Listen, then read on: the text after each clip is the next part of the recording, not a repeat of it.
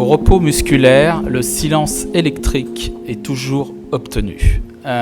Donc les neurophysiologistes se reconnaîtront dans cette phrase que moi je trouve poétique, mais qui ne l'est pas vraiment.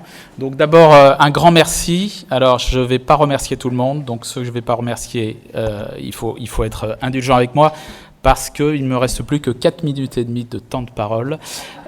Donc merci d'abord merci à la filière quand même, qui a joué un rôle très important dans l'organisation de ces journées. Merci à mon équipe globalement et tout le monde confondu pour ce qu'ils ont déjà fait avant et ce qu'ils font au quotidien et ce qu'ils continueront à faire demain, j'espère. Et en tout cas, leur participation à ces journées. Ces journées, elles sont placées sous un thème qui peut vous paraître spécial, mais d'ailleurs, ce sera intéressant d'avoir votre feedback après, qui est quelle est finalement l'image que les patients atteints de SLA perçoivent à travers ce qui est dit dans les médias et à travers finalement la façon dont on parle de cette maladie. Et moi, ce qui me frappe, c'est qu'actuellement, avec une communication qui va croissant, ça ne vous a pas échappé, parce que autant on pouvait parler de grands oubliés des médias pour la SLA, ça devient quand même une maladie dont on parle beaucoup, notamment à la faveur de certains patients qui ont beaucoup œuvré pour ça. Mais ce qui est un petit peu dommage dans l'histoire, c'est que la SLA, ça reste soit une raison suffisante pour que la loi sur la fin de vie évolue. C'est une façon dont on en parle beaucoup. Et l'autre chose plus joyeuse, c'est que c'est la première maladie, une des premières maladies neurodégénératives pour laquelle on dispose d'un traitement par une thérapie qui inhibe un gène. Vous savez, c'est le fameux traitement tofersen qui inhibe les mutations du gène SOD1 pour 1% de la population de patients. Donc l'idée, c'est ça. C'est comme d'habitude de se mettre à la place du patient et de savoir comment il vit tout ça. Parce qu'entre ces deux extrêmes, il y a plein de cas de figure, et ces cas de figure, il faut les prendre en compte. Et comme vous le savez, ces journées dont on ne compte plus, on ne sait même plus à combien de journées on en est. D'une part, parce que elles ont changé de statut. Avant, c'était une coordination nationale des centres, maintenant c'est la filière. Et de mémoire, c'est la deuxième fois qu'elles ont lieu à Paris. Et donc, merci de nous avoir fait confiance, ce qui n'était pas évident au départ. Et puisqu'il s'agit de vous souhaiter des bonnes journées, je voudrais insister sur le fait que les ateliers professionnels, c'est extrêmement important parce qu'on se retrouve entre soi et qu'on s'aperçoit qu'on a les mêmes problèmes et parfois des solutions qu'on peut obtenir des collègues des autres centres. Puisqu'on parle des autres centres, une pensée émue pour les Auvergnats. Alors, ils ne sont pas morts, mais ils sont enclavés et le ciel leur est tombé sur la tête, ce qui n'étonnera personne pour des Auvergnats, puisque toutes leurs lignes de train, qui étaient déjà un peu branque-ballantes, ne leur permettent pas de venir ici. Donc la deuxième partie, demain, sera délocalisée à Clermont. J'espère que vous avez des moyens de vous y rendre. Pour ce qui est des événements dits festifs, alors on dit ou sociaux ou festifs. Alors on va dire sociaux, ce sera peut-être festif. Je vous rappelle qu'il y a une croisière sur la Seine qui est prévue à partir de 20h30 précise. Vous ne pourrez pas monter en marche. Il y a simplement un élément à vérifier, c'est que vous disposez tous de votre brevet de 50 mètres nage libre, ce qui est une condition pour monter sur ce bateau. On a eu des prix, mais on n'est pas du tout sûr du fait que, contrairement à ce qui se passe et à la devise de Paris, fluctuat nec mergitur, ce qui est d'ailleurs un peu une belle image pour ce qui est des centres SLA qui survivent encore et toujours, pas à l'envahisseur, mais qui survivent à la tâche difficile. Donc encore une fois, et ce n'est pas de la flagornerie, on sait très bien à quel point vous êtes investis dans la prise en charge de ces patients. On vous en remercie et je vais m'arrêter là, puis passer la parole immédiatement au professeur Étienne Gaillat, fraîchement arrivé à l'assistance publique des hôpitaux de Paris et qui est médecin, qui est anesthésiste réanimateur, qui est un peu maille à partir avec la pathologie, mais pas pour le meilleur forcément, et qui va venir nous dire deux mots au nom de cette magnifique institution. Si vous voulez vous donner la peine, merci.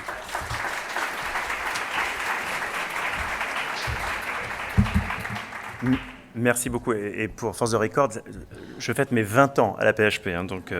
Mais effectivement, cela fait depuis 6 mois que j'ai rejoint et succédé à Catherine Pogam, la direction générale, aux côtés de Nicolas Revel. Et c'était. Alors moi, vous m'avez un peu cassé la baraque, parce qu'on m'avait dit que c'était la première journée nationale annuelle à Paris. Donc la précédente n'était pas une journée nationale probablement. Effectivement, c'était important que la PHP soit présent. Je ne vais pas être long, mais pour dire aussi, et du coup, en préparant un peu cette intervention, ce n'est pas le hasard du fait que ce soit nous qui ayons pu, malgré nos lourdeurs administratives, nos difficultés, accueillir la partie française de l'essai européen muté par Biogène sur cette thérapeutique, qui est effectivement porteuse d'espoir, mais qui témoigne de ce qu'on peut apporter dans le continuum, en hébergeant des instituts de recherche fondamentaux, en faisant de la recherche clinique. On essaye de la faire de mieux en mieux. On a essayé d'y travailler parce que c'est...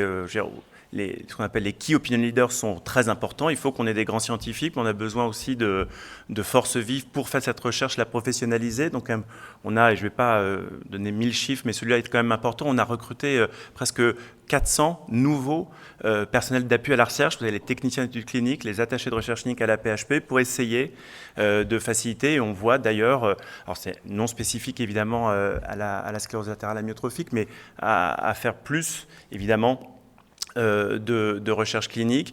Et puis l'autre chose qu'on essaie de faire pour accélérer l'innovation et l'innovation thérapeutique, c'est d'intégrer de plus en plus des acteurs privés, l'industrie pharmaceutique, des startups dans nos environnements. Alors là encore, on n'est pas directement dans le champ de la SLA, mais on a un biocluster, Brain and Mind, au sein dans lequel la PHP est partenaire, qui a un de ses objectifs d'accélérer l'innovation dans les maladies neurodégénératives et qui a vu des moyens importants donnés par l'État. Et donc, là, pour l'instant, c'est une promesse, ça démarre, mais en mettant dans le même environnement la recherche fondamentale, les cliniciens, les patients et ceux qui vont développer in fine ces médicaments et ces dispositifs médicaux. On a l'ambition d'accélérer. Il y a déjà quelques réalisations.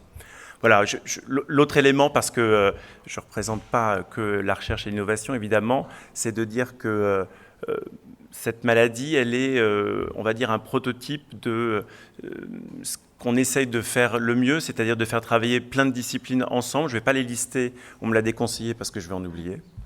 Mais en tout cas, on a au moins, y compris dans la rééducation, une capacité, vous connaissez évidemment parfaitement, et probablement ils sont là, nos collègues de l'hôpital d'Andaï, qui est un établissement de la PHP et qui accueille beaucoup de ces patients-là. Vous êtes là.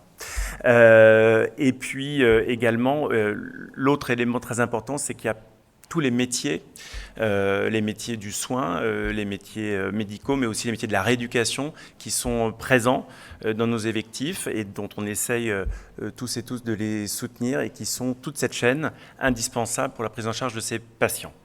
Donc je vais céder et je le remercie beaucoup de m'avoir convié la place à l'animateur de cette filière, Philippe Courrier, et vous souhaitez surtout 2 magnifique journée nationale. Et je le redis, et je finis là, parce que je crois qu'elle a enregistré une capsule, si je ne dis pas de bêtises, mais le fait aussi qu'on ait le soutien, et je le dis de façon un peu officielle, le soutien du ministère de la Santé pour l'animation de ces centres de ressources maladies rares est un élément important. Et donc on remercie évidemment nos tutelles aussi de nous accompagner là-dedans. Merci beaucoup à vous et bonne journée.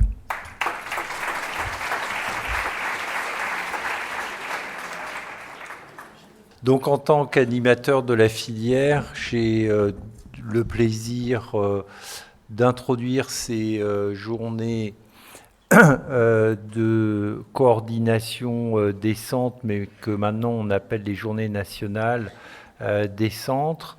On est très heureux d'être à Paris parce que c'est vrai que depuis des années, on réfléchissait sur la façon de pouvoir organiser les journées à Paris et sur le plan logistique, il y avait un certain nombre de problématiques, mais qu'on a réussi à résoudre. Et en ce sens, je voudrais remercier Pulse Event qui nous accompagne déjà depuis plusieurs années dans l'organisation des JNA, mais aussi des JR.